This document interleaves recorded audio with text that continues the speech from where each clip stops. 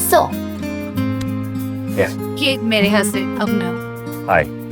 अभिनव ने हाथ मिलाने के लिए जैसे ही अपना हाथ बढ़ाया, उस इन्वेस्टर की नजर अभिनव की उंगली में पहनी एक रिंग पर गई जिसमें टी लिखा हुआ था। उस इन्वेस्टर के पसीने छूट गए और वो बोला, ये नहीं हो सकता। It's impossible। अनन्या की कंपनी में इन्वेस्ट करने आए 1000 करोड़ की कंपनी के मालिक अभिनव के सामने अपने घुटनों पर बैठ गया और बोला, हमारे 18 सालों की खोज खत्म हुई टाइगर। थैंक यू वापस आने के लिए। क्यों एक मामूली से डिलीवरी बॉय को इन्वेस्टर्स टाइगर बुला उसके सामने घुटने टेक बैठ गए?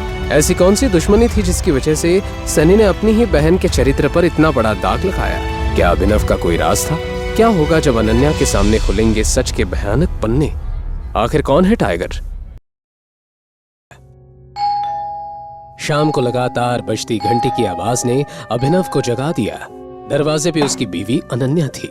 उसने अभिनव के बिखरे हुए बाल और सिलवटों वाले कपड़े देखकर तुरंत ही उससे पूछा, तुम वापस कब आए? क्या तुम पूरे दिन से घर में सो रहे हो? नहीं, मैं तो दोपहर को आ गया था। वैसे तुम्हें तुम्हारे भाई का कॉल आया है क्या आज? नहीं तो वो मुझे कॉल क्यों करेगा?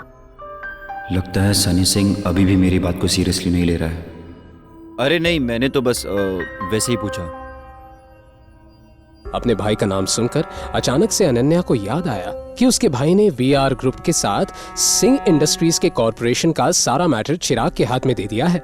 यही सोचकर अनन्या को अंदर ही अंदर बहुत गुस्सा आ रहा था, लेकिन उसे इस बारे में अब और नहीं सोचना था। फिर अचानक अनन्या को याद आया कि कल की रात अभिनव घर नहीं लौटा था। उसे अभिनव पर शक हुआ और उसने पूछा, कल रात तुम कहाँ थे? वो मैं कल अपने पुराने दोस्त के घर पे गया था। बात करते करते लेट हो गया तो वहीं सो गया था। पुराना दोस्त मिस्टर अकरम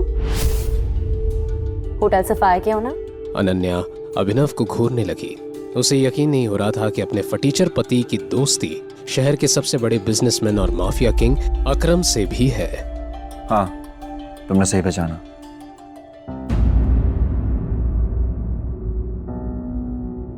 हालांकि मैं ये नहीं जानती कि तुम मिस्टर अकरम को कैसे जानते हो, लेकिन अगर तुम मुझे बता रहे हो कि पूरी रात तुम मिस्टर अकरम से बातें कर रहे थे, तो मुझे इस बात पर बिल्कुल भरोसा नहीं है।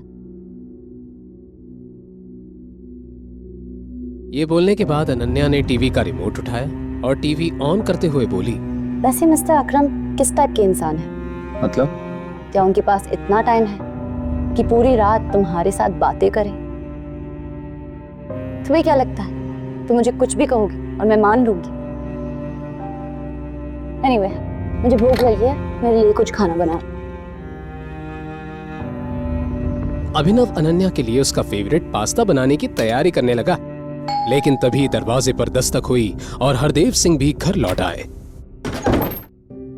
अभिनव को देखकर हरदेव सिंह ने हमेशा की तरह अजीब सा रिएक्शन दिया और सीधा अनन्या के सामने चिंतित होकर बैठ गए। दादाजी क्या हुआ? आपका मूड किसने ऑफ कर दिया? ये और कौन हो सकता है बेटा? वो एक ही तो है जिसने जिंदगी में कुछ नहीं सीखा है सिवाय बड़ों की डिसरिस्पेक्ट करने के। दादाजी आखिर बात क्या है? आप मुझे बताओ, मैं उसकी खटिया खड़ी कर दूंगी। खटिया खड़ी करने जैसी कोई बात नहीं। मैं तुम दोनों को लेकर ही परेशान हूँ। तुम दोनों का आईवीएफ प्रोसेस कई बार फेल हो चुका है। मुझे तो लगता है अभिनव में कोई जेनेटिक डिसऑर्डर है।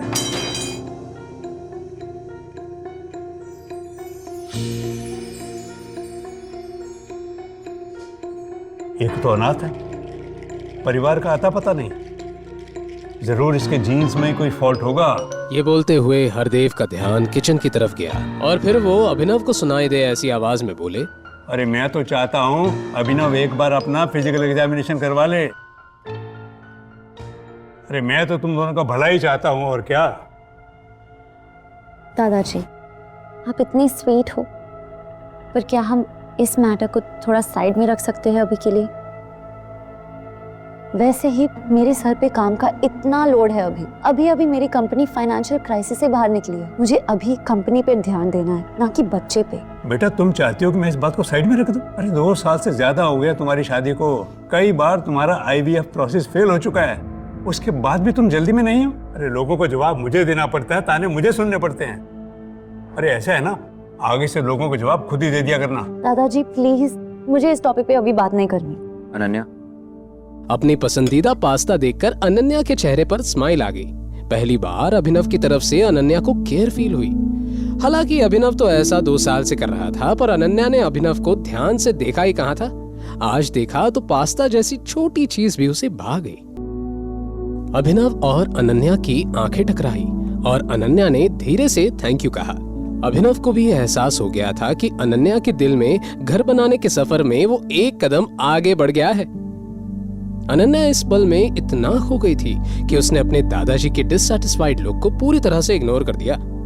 अभी के लिए तुम्हें फिजिकल एग्जामिनेशन की जरूरत नहीं है, हम इसके बारे में कभी और सोचेंगे। मैं भी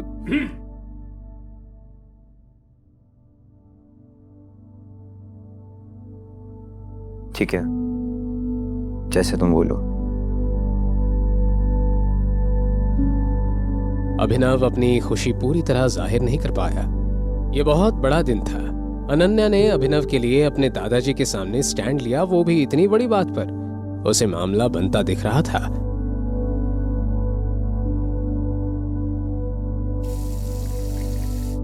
ना चाहते हुए भी अनन्या अभिनव की ओर आकर्षित होने लगी थी।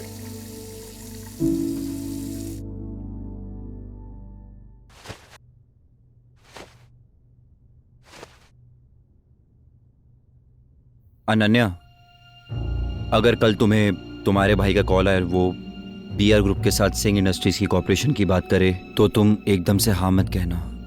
मतलब थोड़ा सा टाइम लेना, उससे भी तो तुम्हारी इंपॉर्टेंस पता चलनी चाहिए ना। तुम पागल हो गए हो? सनी भैया ने सब कुछ चिराग को दे दिया। बीआर ग्रुप के साथ सारा कॉर्पोरेशन अब वही हैंडल करेंगे, उन्हें मेरी क्यों जरूरत पड़ेगी? और तुम ना, तुम्हें कुछ पता ही नहीं चलता, बस फालतू की बातें करते रहते हो। अनन्या, बस तुम याद रखना, अगर कॉल आए तो एकदम से हाँ मत कहना। Good night.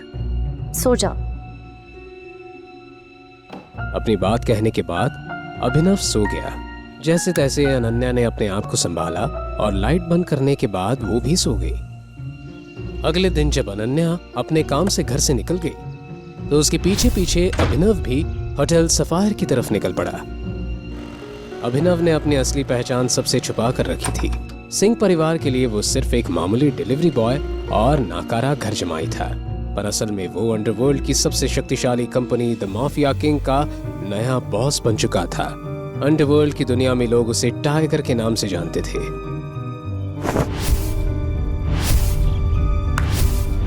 संजय के हत्याकांड के बाद अकरम ने अभिनव को 18 साल तक एक अनाथ आश्रम में रखा। वहां उसकी हर दिन सख्त फिजिकल ट्रेनिंग की गई और उसे हर मुश्किल का सामना करने के लिए तैयार किया गया।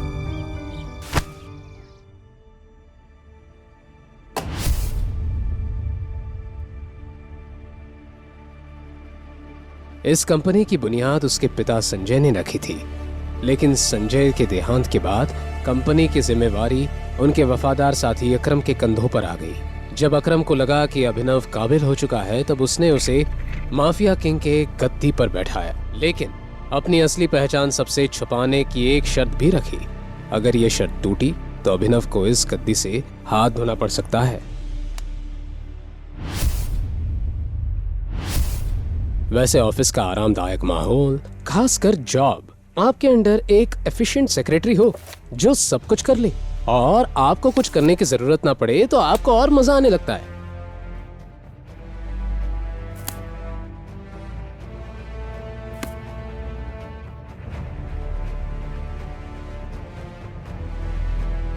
अभी अभिनव ये सोच ही रहा था कि तभी उसके केबिन के दरवाजे पर दस्तक हुई और उसकी सेक्रेटरी नंदिता अंदर आई। आज वो और अच्छी लग रही थी, लेकिन इस बार नंदिता ने अभिनव को उसे ज्यादा समय तक देखने का मौका नहीं दिया और तुरंत ही बोली, टाइगर, सिंह फैमिली ने बीआर ग्रुप पार्टनरशिप की बात करने के लिए किसी को भेजा है। उनका नाम चिराग है। आगे की कहानी जानने के लिए देखें अगला एपिसोड सिर्फ पॉकेट एफएम के यूट्यूब चैनल पर और द रिटर्न ऑफ टाइगर के सारे एपिसोड्स को सुनने के लिए डिस्क्रिप्शन में दी लिंक से डाउनलोड करें पॉकेट FM ऐप।